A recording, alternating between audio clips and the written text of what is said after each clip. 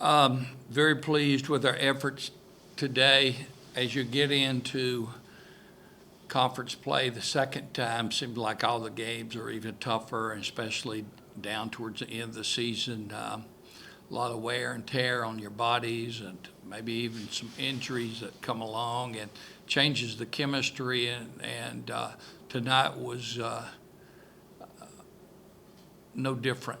We had a player out, and had a super senior, Nina Lindstrom, stepped in for Dee Brown, and we've been blessed with quite a bit of talent, depth on the team, and we needed that today. So hard-fought ball game against Stetson, who had come off big win at Florida Gulf Coast, and I think they had 6 or 7 or 8 straight wins, so a hot team. So for us to get the win under these circumstances were difficult, but just shows you how hard we really have fought and continue to improve every game.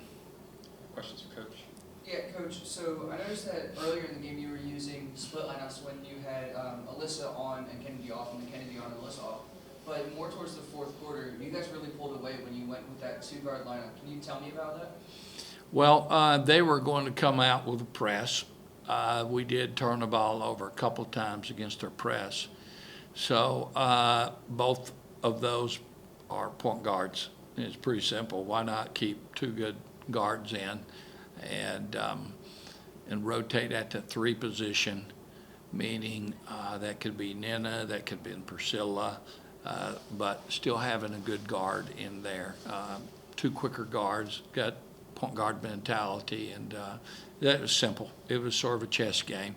They're going to come with that, and so it's good to have some high IQ ball handlers out on the floor. So, and I needed to give Kennedy some rest. She didn't need to go the whole game. So having Alyssa in to rest her, but at the end, I didn't want to just put it on any one of them alone.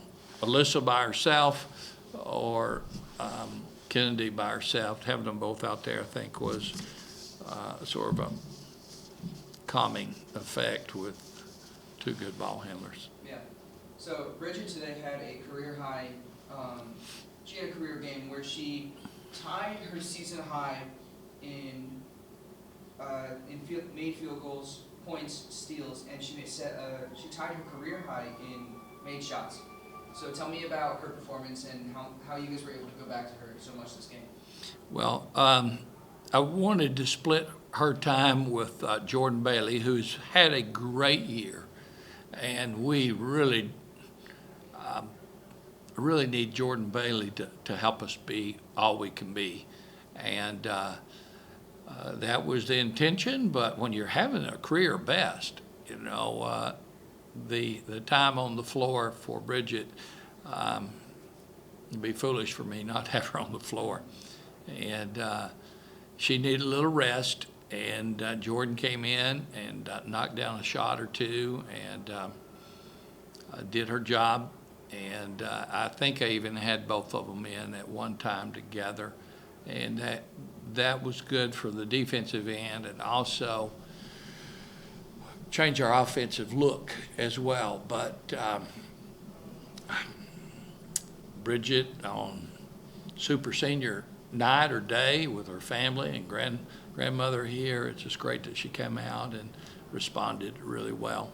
And we need her. We need to get points out of our 4 players, and we got some pretty good ones. You rarely get to see Alice Markova, but she's going to be a really good one. She's 3 years. She got 3 years of eligibility because of COVID, gave her another year. She's just playing behind a seasoned Bridget Ristat. So hopefully I answered your question. Yeah, no, definitely. Next Thursday, it's FGCU, and then that is the first of 2 games before the ASUN playoffs and the end of the season. So what can we expect going forward into the postseason and with this last game against FGCU? Well, postseason, it's still too early, 2 games. And each one of them has impact on postseason. Best case scenario, win 2, be seeded number 1. That changes everything. Worst case scenario, lose 2, be seeded number 2. I don't think there's another scenario. I don't think, is there, Paul? Not after today. We've clinched either 1 or 2.